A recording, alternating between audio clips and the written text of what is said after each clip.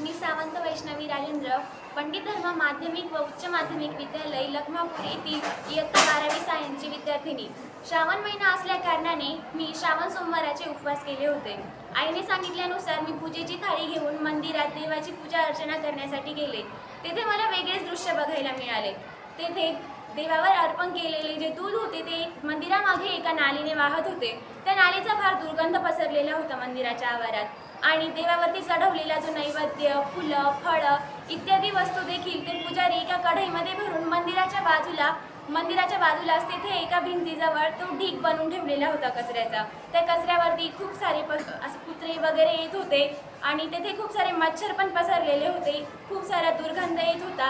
हे बघून मला फार वाईट वाटले आणि मी त्या पुजाऱ्यांना सांगितले की तुम्ही असे करू नका, यामुळे मंदिरात येणाऱ्या भाविक भक्तांना याचा त्रास होतो।